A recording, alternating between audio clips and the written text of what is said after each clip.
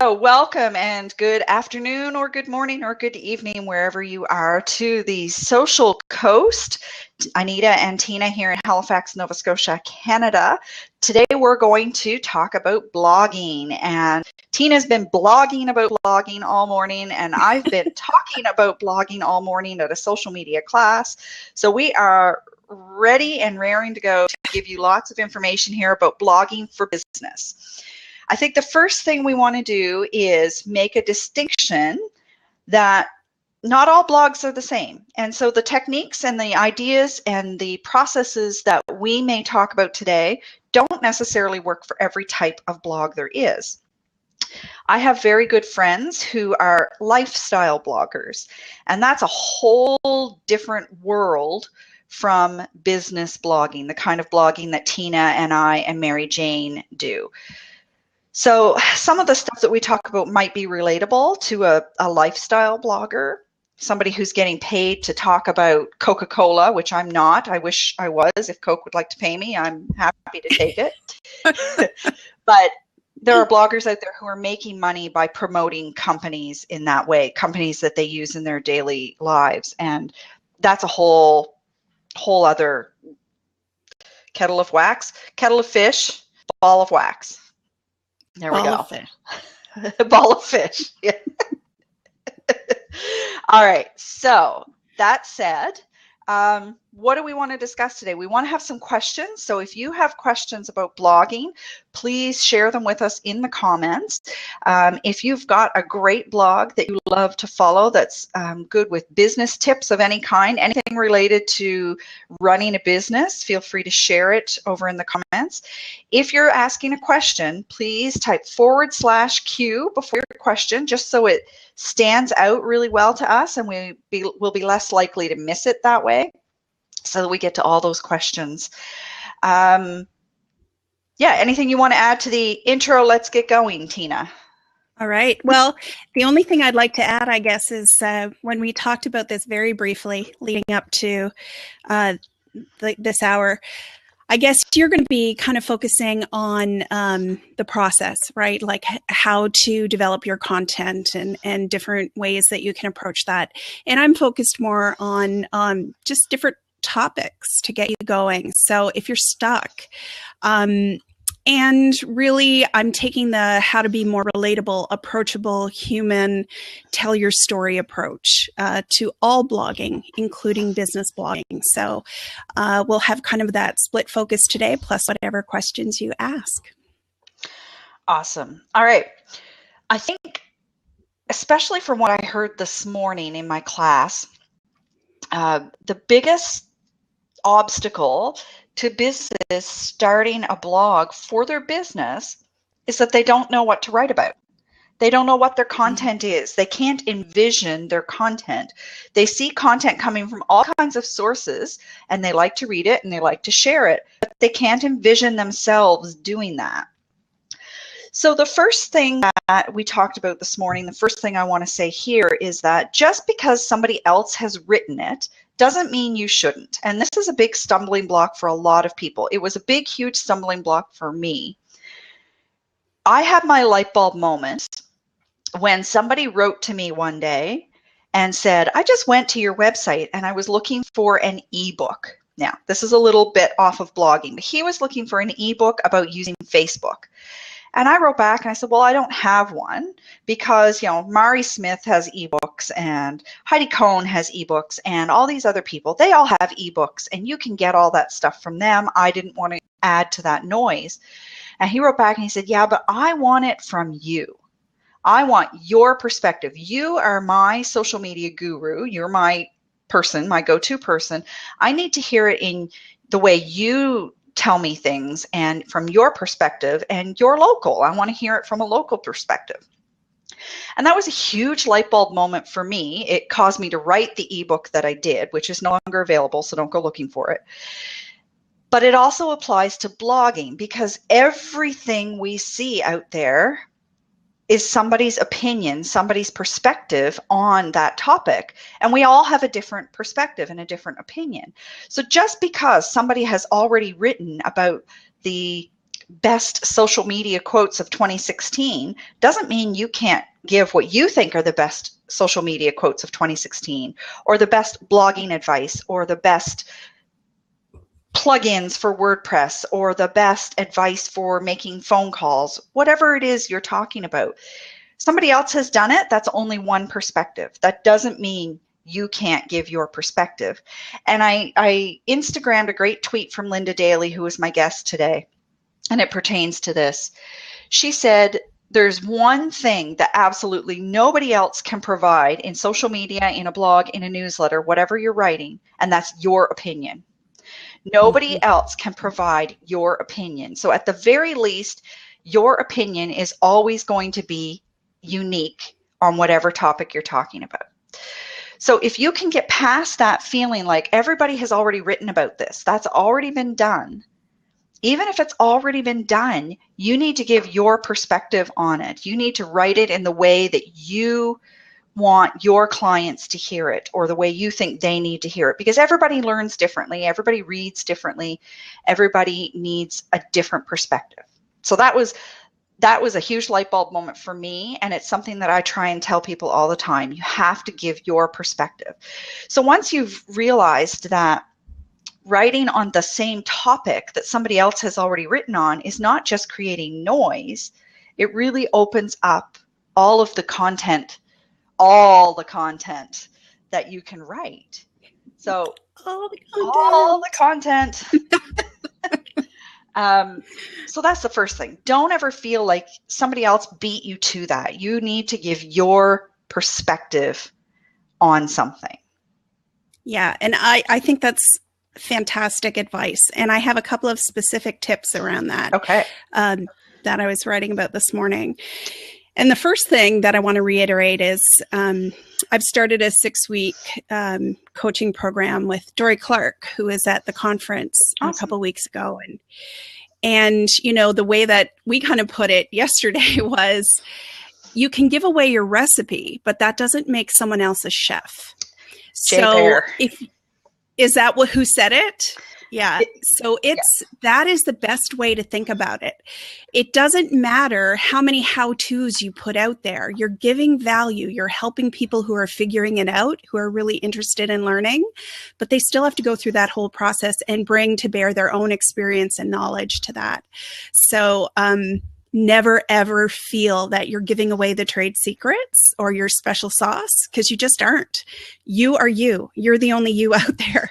And then a couple specific ideas if you want to, if you are reading a lot of blogs and you think that's a topic that I'm really interested in, but should I write about it? One thing you could do is focus on a theme that you've been reading a lot about and that you think is really relevant right now to your project, or your industry or business, and share links to 5 favorite blog posts that address the same topic. And then what you can do is summarize each of those blog posts in your blog.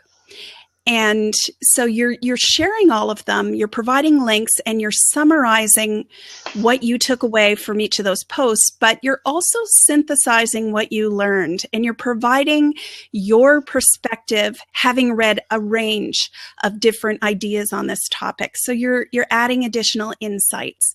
I think that sort of thing is really valuable because we all have limited time. So if you can help people to synthesize all the knowledge that's out there around a particular topic, I think that's really valuable.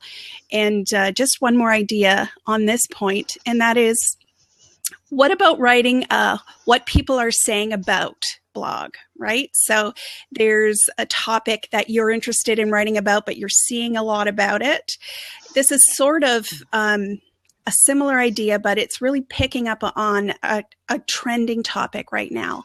And you can provide your own commentary or like a deeper analysis with links to those recent articles. So it's like curating, but you're also doing your own thinking around it, and you can kind of package that up however you want to. And I always recommend putting it out with at least one video clip in there so they can see and hear you talking about it as well. It's a great way to do it. And Actually, I just got some ideas for posts that I could do in that format, because that's not something that I've done. I will link to other people's blogs on a topic, but I've never really put, here's blog number 1 and here's what they say and here's why I liked it or what I learned. So I think that's a really good way to add value to somebody else's content and provide, and it's great for your customers because they've got 6 blog posts in one. So it's awesome for your clients. The other benefit to that, a little side note, is by mentioning those people who wrote that. Especially if you're mentioning social media savvy people, they will come and check out your blog and maybe comment on it and maybe share it on their own social networks, which is really, really nice. So I did that with Andy Crestodina, who was an SEO speaker at the conference. I didn't attend this year, but last year. Anytime I mention him in a blog post, he shares it out, which is really lovely. Park Howell, we did a blab all about what Park Howell taught us at the conference, and he shared that out a couple of times. And then this week, my blog on my top 10 social media quotes from 2016 so far, I actually tagged Marsha Collier in one of my tweets about it. And she came and found my blog and she tweeted it out. And her tweet, I'm so excited, I went viral. Her tweet got 82 retweets the last time I looked. So my blog was retweeted 82 times. And for me, that's viral. Yeah, that's awesome. Viral is all relative. So yeah. Absolutely. Little things like that, including their name so that they will be found if they've got a Google alert on their name. And then hopefully they'll come and interact with you a little bit over that topic. That's always a win-win, I think. Yeah. Absolutely. And that Tina froze. Boost your there she is. You're back. You're back. Okay. That's a great way to build up an affiliation with other people in your field, and also just to keep developing your social proof that, okay, this is a topic that I research and that I know about, and I know what's happening in current. And another thing you can do, if that sounds like it's going to hurt your brain to do all that reading and synthesizing, just choose one. There might be one thing you read recently that inspired you. Why not write a blog and go deeper with that particular blog post or article and topic, and you can refer to it and link to it, but do your own thinking around it and talk about, why it inspired you to write a blog post and what you're going to do with that new information or what you learned from that blog, so that you were inspired, and in turn, I think you need to refresh. Your video's breaking up really bad. At least it is for me. I assume it is for everybody, but you might need to refresh. Okay, so I'll go on to my next thing while Tina's refreshing. Luckily for us and for this conversation, yesterday, Melanie Dodaro, who is one of the LinkedIn experts that I follow, put out this lovely content generation blog post. And this was, I'm putting the link in over here, but it's 9 easy places to find ideas for great content, and they're all on LinkedIn. So a lot of times people will get on LinkedIn and they don't really know how to use it. And one of the things I tell people about every network is you can always use a network for research. So Pinterest, people don't know how to use Pinterest. Go on Pinterest and find quotes and articles, do research on Pinterest. But here's one for 9 ways to use your LinkedIn to find content. And it was fabulous. So even I'm looking at this going, oh, I never thought of doing that. So, if you want to find articles that you can comment on or curate 5 articles about such and such, look in your LinkedIn newsfeed to see what people are talking about. Check out somebody's recent activity on LinkedIn. Yeah. So you want to write about LinkedIn? Go check out Melanie Dodaro or Vivica Von Rosen or Andy Foote and see what they've been talking about regarding LinkedIn, and then compile that or add your own ideas to that. Or what are they missing? Go into LinkedIn groups and check out, are there posts in this group that are getting a lot of engagement? Can I write a post about this, or can I use the answers that are in here to aggregate into a post? Half the work is done for you. All you have to do is edit it together. Check out the most popular LinkedIn SlideShare presentations. Maybe you can turn something of that into a blog post. Or find, like Tina said, find the 5 slide shares about how to rock LinkedIn and pull them together in a blog and talk about the tips that are common threads or what's missing or what's good, all of that kind of stuff. So I'm not going to go through the last few here, but there's lots of ideas right there for LinkedIn, and you can actually use all of those tips pretty much across the board on any network to find content. So I looked at that and I went, oh, of course, I never thought of using LinkedIn like that. So there's all kinds of content ideas right there in front of us on LinkedIn, or maybe on our Facebook pages, or maybe it's even in a Twitter list. So go and look at the feeds that you've already signed up for and see what tweaks your interest. And I might have missed this when I was refreshing, but have you mentioned Mary Jane's comment over on the side? She's made a great suggestion here. And just to use what you're reading to improve your own business and write about what you're learning through that, and maybe even show people how you plan to use it or how you have started to use it. I know I actually, I'm doing that because of my focus right now on storytelling for business and how to show and not just tell. And that's a really big thing in my whole history with theater and drama and playwriting and fiction writing and storytelling. It's all around that story structure and show, don't tell. So another thing that came out of our webinar yesterday that relates to blogging is, you know, how can you cross over knowledge from one industry to another?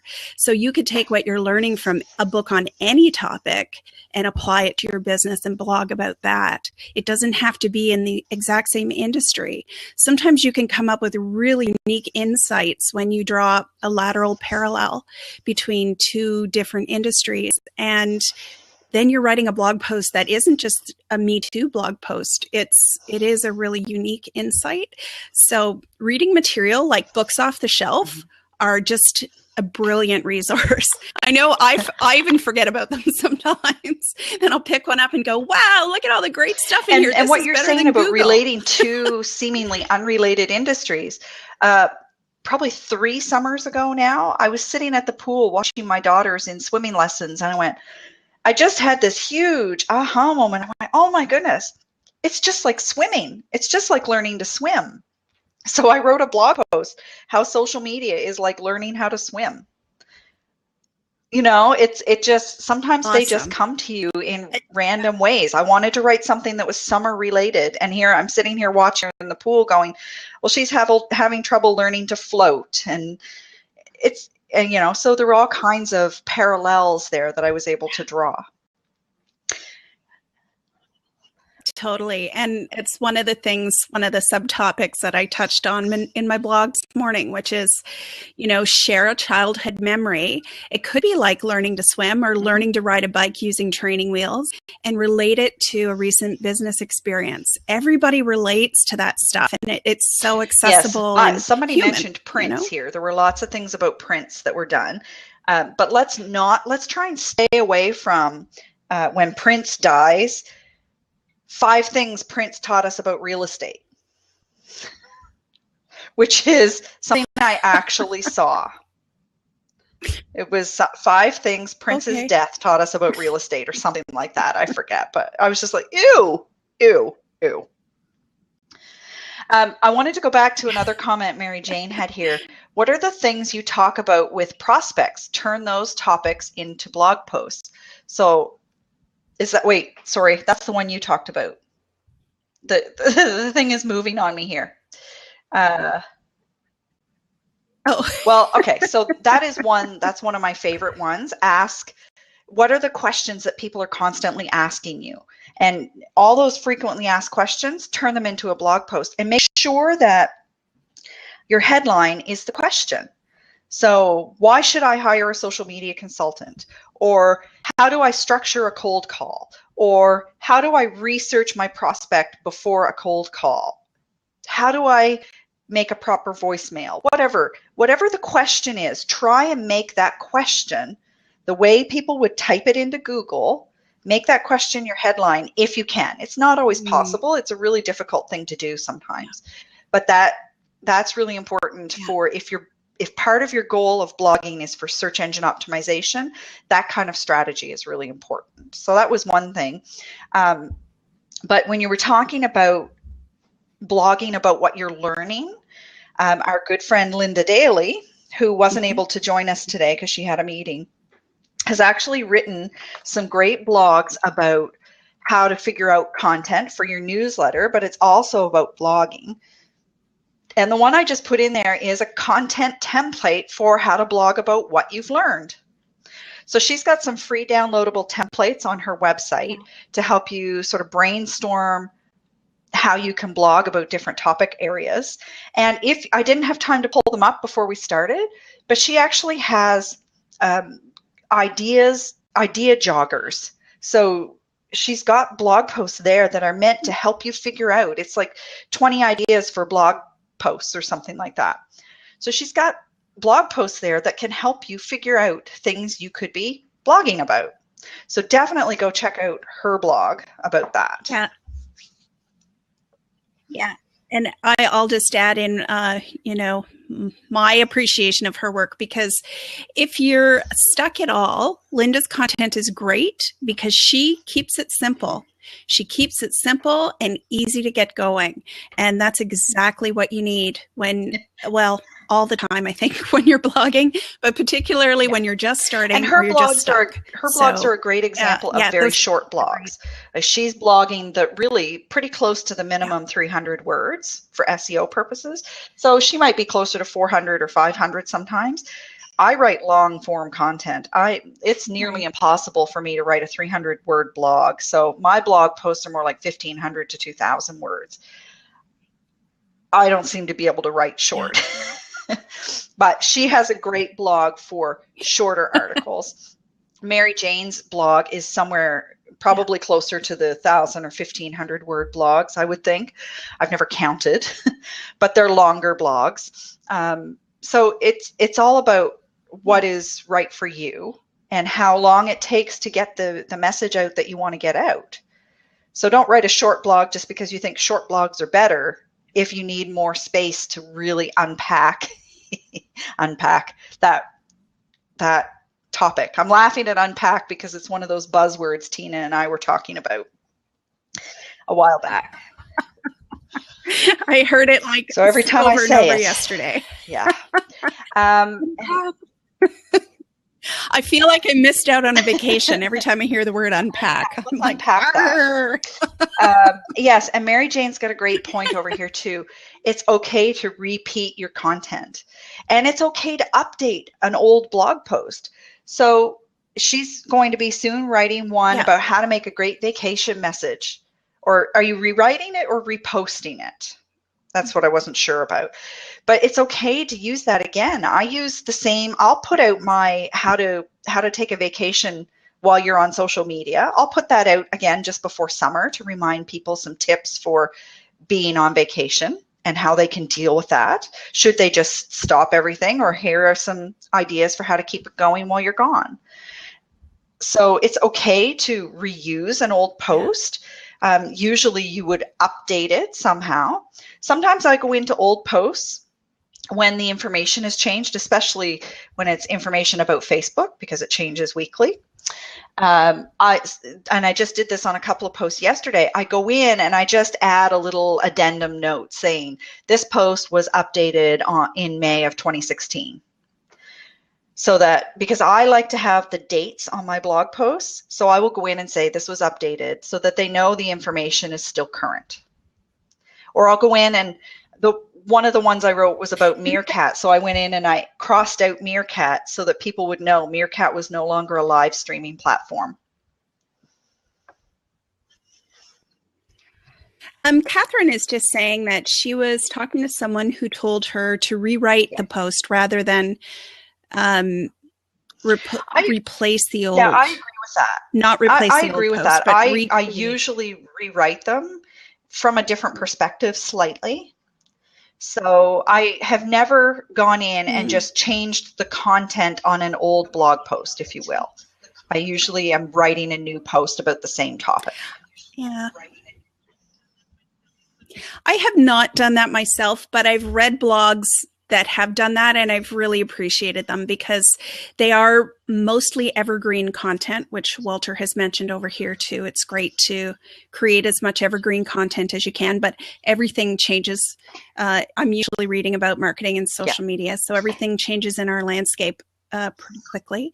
So those, if you're in an industry where things are changing quite rapidly, I think there is an argument for just updating it and putting a line at the top that says when you updated it and just a couple words about why, because it's great to know that this is still really evergreen content, but it's still relevant this week. Exactly. It's been updated. And I don't think recently. there's only been one or maybe two blog posts that I've actually just deleted completely. Because if you've built up any authority on those posts at all, you don't want to delete them. You want somebody to get there and then go look at a different post. That's fine. But yes, there is the issue of the URL is now gone, and people will get that 404 message if your website's not set up to redirect. So make sure that you have that redirect set up so that if somebody does land on a page on your website that is gone, they're going to get a message that says, oops, something's broken, try this. So that is really important if you're deleting things. But I don't think very often you need to actually delete something. You can just update it. You can put a new thing at the bottom that says, read the updated version here, and link to the new post. And you can link back from the new post to the old post. And there's all kinds of things you can do to update the information without deleting the post. Yeah. Okay. Right, bye, Catherine. Hello, kids. Feed her kids. And so Walter's saying over here, the way he creates evergreen content is by changing some of the images and wording, but keep the original idea of the post. So yes, I'm noticing, because I recycle my content with a recycling plugin in my WordPress. And so sometimes things will come up and I realize, oh, I didn't evergreen that, if evergreen can be a verb. I didn't evergreen that post. And so now I'm sort of keeping in the back of my head, I need to go evergreen some of these posts. So I've got the 12 days of Christmas that I did a couple of Christmases ago. Fabulous evergreen posts, but they're all Christmas related. Like the images and everything are Christmas. So I've actually asked my graphic designer to do new images so I can go back and evergreen those. And even, some of them will say this week or last week or in June. And it's, so I've got to go back and edit some of those so that it feels a little more evergreen. So it's a good tip. You just have to, either you have to write with evergreen in mind, or you have to remember to go back and change them. And apparently I have a lot I have to go back and change. Yeah. And by evergreen, we just mean posts that have a long life. They're not just commenting on something like a celebrity passing away. Yeah, I go in and I tell my recycling program, don't use this one anymore because it's just too out of date. Facebook has changed way more than the value of this post. So it doesn't recycle that anymore. So you have to be conscious of that kind of stuff. Yeah. Yeah. Yeah, exactly. Okay. All right. So did I can't remember if I included this link from Melanie Dodaro already, so I'm going to pop that in here. There's the link to Melanie's post about ways to find content on LinkedIn. And just to add Mary Jane's idea into the mix, she's saying your audience does want reminders of skills or ideas. And, I think that's a good point, because I often think, well, they know that. They already know that. And I've already talked about that before. And lots of people have talked about this particular thing. But it's true that we're all busy. Our attention goes in cycles from one thing to the next. And these reminders, sometimes a reminder comes up at the most timely moment.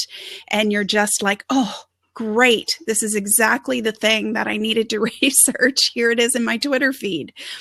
So reminders of things that people already know or ideas that are valuable are great evergreen content. Mm-hmm. Even if you think they know this, there's always like a new crop of people who either don't know it, or the people who do know it will appreciate the reminder. And sometimes it happens in a really timely way.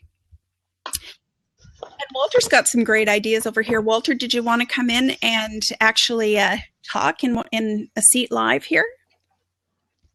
He's saying some of the best evergreen content is keeping content alive that we still use today, even if that implication of a tool or a book is something we still use today. Yeah. So absolutely. So you're saying like an offline tool or a book, like to refer to that or use it or transfer it over to your online content? Yep. Okay. Absolutely.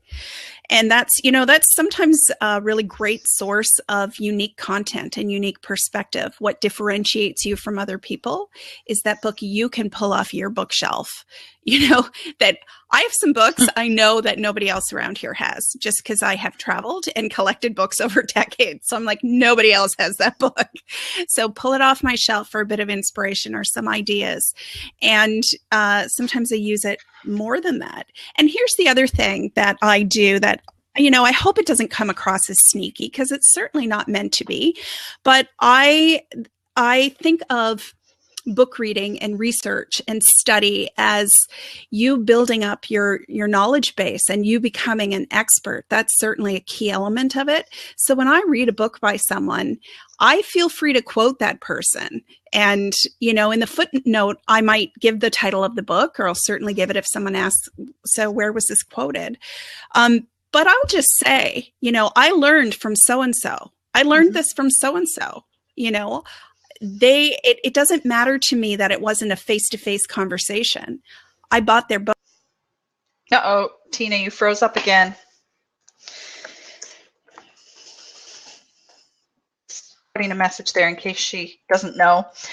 So Mary Jane, you're saying your content allows your audience to get to know you. It's a relationship builder. So do write about what interests you. Yeah, it's really important that we're doing it in our own voice. Not in some fabricated voice. I know some people locally who have a character that they seem to portray on social media. So whether they're in videos or whether they're on Twitter, it's a character for them, not their own voice. And if there's one theme that I think we heard in everything at the Social Media Marketing World Conference, it was be human, be authentic. And authentic is kind of one of those buzzwords that we're hearing too much, maybe. I learned it but people can smell inauthenticity. Oh, I think I made up a word.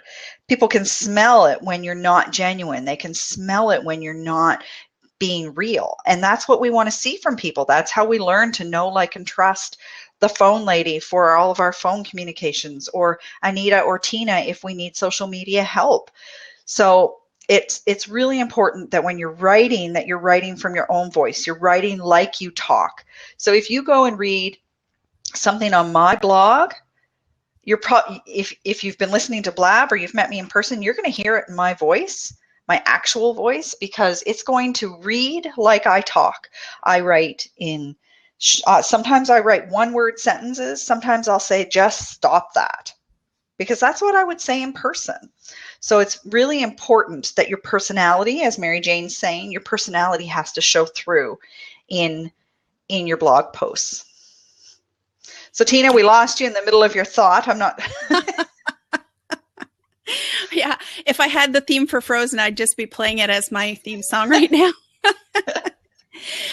Just to use your resources as the real people they are. And when you quote someone, say something like, I learned this from this person, and they're the professor of this, or they're the CEO of this company, and you can put a footnote where you learned it to help your reader find it. But also, I think people should engage with you. If they want to know that, they should ask the question, and then you can tell them, right? So there's always more information to be had when people engage with you. So part of the process is allowing some space to not say everything. I used to be guilty of trying to say everything, and nobody had space to contribute anything or engage. So now I say a lot less, and I leave the gaps, and I think, maybe somebody will ask a question. Yes. But Walter's saying here, you can't just copy somebody else's idea. It does have to be an original thought. You can't just paraphrase everything somebody else wrote in a blog post. I'm talking about actually quoting somebody's words. Yeah, no, you are. Yeah. But you have to be giving your own perspective on things, or yes, people will think you are just copying somebody else. And certainly one of the other things we talked about today is, it's okay to republish somebody's content with permission. I do occasionally republish Mary Jane's content. I've republished content from Linda, from different people, different businesses. Sometimes they're social media consultants and sometimes they're not, but it relates to my audience. So that's another way that you can find content, is maybe somebody else that has a different audience from you wrote something that is very relevant to your audience. So it can either be a republishing of that post, or maybe you get them to guest post. So guest posts can be really nice too. They take the load off of you. If you can get somebody to write something for your blog, that's 1 week that you don't have to think about writing, which is nice. Yeah, exactly. So I think we should turn the discussion towards planning and processes, maybe. Yep. So what are some of the tips and tricks that you have? Okay, first of all, the first question is, who plans their blogs out in advance? Do you have a plan, or is it more spontaneous? Tell us in the comments. Are your blogs planned or spontaneous? What do you do, Tina? I make the attempt to plan my blogs, and they never go according to plan, because there's always something more relevant that comes up in social media. So I think it depends on your industry. I think if you work in a retail industry, you should do an awful lot of planning, because you want to blog content and your blog strategy around retail holidays. Absolutely. Mm-hmm. But most of the bloggers that I have talked to about whether or not they plan are the same as me, in that they're mostly spontaneous. And I don't think that that's a bad strategy. But might end up happening is, if you're very busy, you might end up with half a dozen half-written blogs sitting there. And, that's a real test of evergreen content, I'll tell you right there. So you go back to them and you think, okay, is this still relevant? So it might be really good, actually, skill building for just writing evergreen content. But I do get interrupted a lot, and I do always have a handful of partially written blogs on the hopper, and I'm in that state right now. But I'm never at a loss for ideas, so I don't worry about planning ahead too much. And I'm not a retail industry, so I don't do a lot of blogging around particular events and occasions. Yeah. So there's a lot of support for spontaneous blogging over here. I'm spontaneous as well.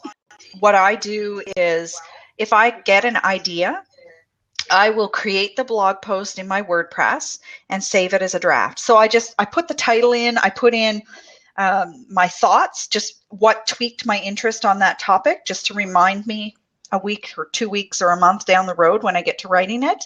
And so I probably have, in the back end of my WordPress, I probably have 6 or 7 posts sitting there waiting to be written. And some of them might be half done, and some of them might just be just a title. And what I started doing recently was putting some in that the note to myself is just update this post, and linking to that old post that needs to be updated. So that's my process. I have these sitting there waiting. When I have time to write, I go in and I pick the one that is most relevant, most timely, or the one that I feel like I can write right now. But there's always a list of other ones there. And I think it sounds similar to what Tina's doing. It sounds similar to what Mary Jane is doing. She has an emergency list of ideas, But on Sunday, she sits down and writes that post. And it goes out Sunday night. Yeah, and having a list and I'm going to put a link to a list when we're near the end here. Internet worker, let me see. I would like to, Buddy, I'll use your name, has an interesting comment here. He says he thinks evergreen content has more future value for the investment of your time. Absolutely. And I think for sure it has a lot of value and down the road accruing value, right? But what I've seen is that the content that gets the most engagement is the timely content. Mm-hmm. So content that is relevant to what's happening right now. And I think it's a bit of a skill to be able to write to a timely piece that can still live as an evergreen post. So if you can manage to make your post timely and respond to something happening right now this week and still make the content itself have a broader evergreen value, I think that's probably the ideal. And you can always update that later by taking some of the stuff out. Yeah, like, absolutely. Months or a year down the road. Yeah, absolutely. Mary Jane is saying here, I like to tell a story, and often the story comes from something that happened that week. So Mary Jane's great at doing that, incorporating, relating something that happened to her in her travels through the week to her business. The other person locally that's really good at doing that is Steve Foran. I don't know if he still goes by the Gratitude Guy. But Steve Foran actually does a video blog all about gratitude. And every week it's a story about something that happened to him that week. So, which brings up a different topic. Your blog doesn't always have to be written content. Steve Foran's blog is video content. We've mostly talked about written content, but if you don't like to write, or your grammar and spelling is horrible, or you can't type or whatever, everybody's got HD TV sitting in their pockets now. Just stick that puppy on a tripod and talk to it. Talk it out. Absolutely. Yeah. And I mean, we haven't talked about that in this blab, but we've talked about it in lots of previous blabs, the power and the growing power of video content. And, it's an emerging trend that is not a fad. We know from the way that Facebook's developing, has its planned development over the next 5 years, that Facebook Live is going to be one of their focuses. And, Amazon just this week, I think, has added a live video platform, or a video upload platform as well. And so there have been a lot of people in the industry talking about what that means for uploading to YouTube versus Amazon. And it's still kind of early days with that. But video content is great, and it doesn't have to be your face if you're shy. There are lots of ways to do video content and lots of different tools you can use with slides and clips and voiceover or subtitles that are really engaging. And just graphics, I think, graphics and photos, and having a real mix, a visual and auditory mix in your blog is always going to be a step up, like higher level blogging. Yeah. So I found Steve's website, which is Gratitude at Work, as Mary Jane said, but I'm not seeing his blog listed there anywhere, his video blog. So I'm not sure where he houses that. I know I see it being tweeted out every once in a while. It's not one that I actually follow. Yeah. So maybe somebody else might know where to find that blog, but it's a great example of a video blog. It's probably on YouTube, actually. He's probably got a YouTube channel, but I know I see them in other places. So yeah, your content can take all kinds of different forms. And Mary Jane said in one of her comments, it could also be audio. So it doesn't have to be video. You can just put up the audio if you find the right tools. And, maybe it's as simple as you write your blog post and then you read it out loud. So it could be that simple. Or you could be telling the story of how that blog post came to be, but then you don't have to be on camera. Yeah. And I think sometimes your topic will dictate the type of content the form of content that you want to use. I mean, if you're going to blog about a business process that you have and show us how you use that process to achieve a certain goal or do something in your workday, then you probably want to include, a video clip as part of that if you can. Or at least you're going to have a gallery of photos or something that will show us, because you're talking about a process. So in some cases, the topic is going to really strongly suggest the type of post that it is. Absolutely. So we're just getting ready to wrap up here. If anybody's got any questions, you can type them in the chat over on the right or underneath if you're on mobile. Let us know what your questions are. Just type /Q before your questions. It stands out from the comments, and we'll try to answer those. Any other last minute tips about blogging that you want to share, or anything that we forgot to cover? Well, it's interesting. Walter's saying he uses SoundCloud for podcasts, and he puts that on his site. I really like when I go to a blog and there are options there. So I'm just wondering, do you also put a transcript file?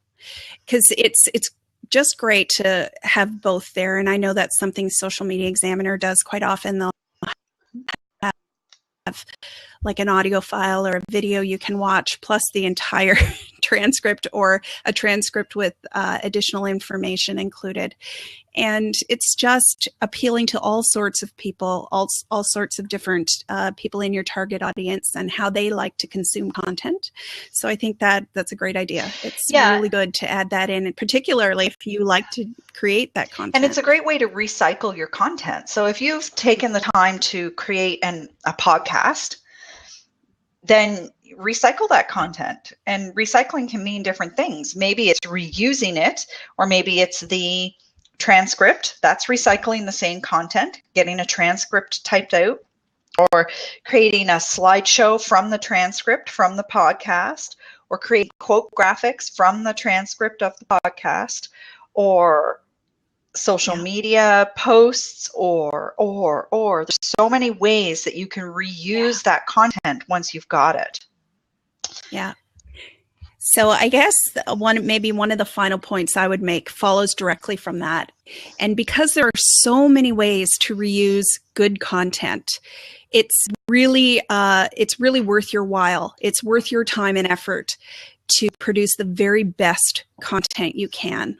And that doesn't mean every blog post has to be, stellar, but put your very best effort, your best thinking, your best research into every single post.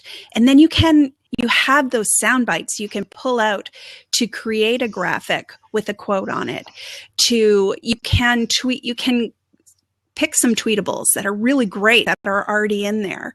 You can repurpose it for Facebook. Maybe you want to put a bit of a video teaser on Facebook and bring people over to the full blog. There are lots of ways that you can use it if the final destination, the blog itself and the content there, is really valuable content. Then it's always got legs. It's always got like 100 different ways that you can use it and share it out. And it's likely, in this case, hopefully you're creating evergreen content so that you can continue to do that over time. Yeah, absolutely. Okay, so it doesn't look like we have any other questions about blogging. If anybody's got any questions, this is your last chance to ask them before we wrap things up. Buddy is just saying here that he uses Tweetleposts. I use that plugin as well. I think is the new name of it Evergreen Post Tweeter, I think.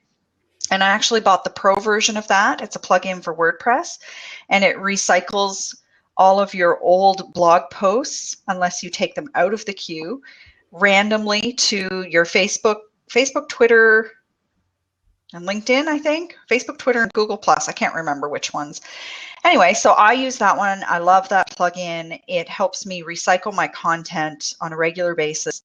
And what I have to say is sometimes I am floored by how popular an old post is. So back to something we talked about at the beginning, which was don't be afraid to repost or reuse your old content.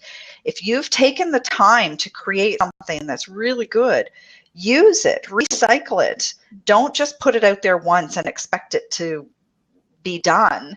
You have to keep telling people, because you've gained new followers since that was posted, and they've gained new followers since that was posted. And if somebody new retweets it, then it's getting out there to a whole new group of people.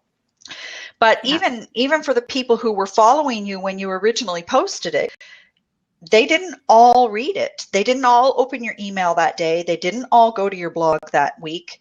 They didn't all even see that topic, or maybe they saw it, they weren't interested in it at the time. And now's the time when they're interested to learn more about that. So, and one of the takeaways I was just going to say from social media marketing world that we both took away from it is content without eyeballs on it, without visibility, has zero value. Yes. It just has zero value. So after you've put in all this time and effort into creating great content, put in equal or more time and effort to sharing it out, making sure people see it, bringing traffic there, get eyeballs on your content so that you have readers and you have people who will share it as well if they find it valuable. It only has value if people are reading it. Doesn't matter how great it is, how much time you spent, how smart you are.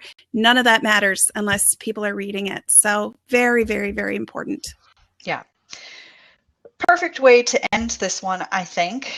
If you're going to take the time, make sure people are seeing it. And, you know, unlike the Field of Dreams, if you build it, they won't come unless you invite them. They will not come unless you invite them. So you have to keep inviting. Come to your blog. Please tell people about your blog. And by all means, if you're writing blogs that have anything to do with social media or business marketing or online marketing, and you'd like to share them with us, probably the best way to share with me, I'm not sure about you, Tina, would be to just tag me on Twitter and let me know about it. Not a spammy tag, but a, hey, Anita, you said to let you know when I wrote about this. So by all means, tag me and I'll come check it out. Absolutely. So, I'm at LiftCom, so same thing for me. I'd love to read it. Yeah, absolutely. And I highly recommend that everybody go follow Mary Jane, the phone lady. So I did put her website in here. I'm going to do it again. So you can go sign up for her newsletter. Very good information there about using the phone to actually talk to people. Imagine you can actually put it up to your mouth and your ear and talk to people, have a conversation. So she's helping people learn how to do that better for business. And I've given you a couple of times, I've lost it up here, but the dailyprogress.com, which is Linda's blog with all kinds of tips on building content and some templates and some idea joggers. Tina, you grab your link to your blog and I'll grab the link to my blog and we'll put those in for people as well. Sign up for any of these blogs to get lots of information, and you can always follow us on Twitter as well. All right, thank you to everybody who joined us today to talk about blogging. Thank you so much for all the engagement over in the chat. We really appreciate the comments and the conversations over here. We love having some interaction rather than just the two of us talking to each other. Although it's always lovely to talk to you too, Tina. And a special thank you to Mary Jane for joining us while she was out of town today and having internet issues. So thanks for being a trooper and joining us anyway, Mary Jane, and thanks for your comments and your insights. All right, we will see you guys next week. We'll be back next Friday at 1 p.m. Atlantic, 12 p.m. Eastern with a new topic, something to do with social media. If you've got topics that you'd like us to tackle, again, just give us a quick tweet and let us know what that topic is, and we'd be happy to consider it. Thanks for joining us.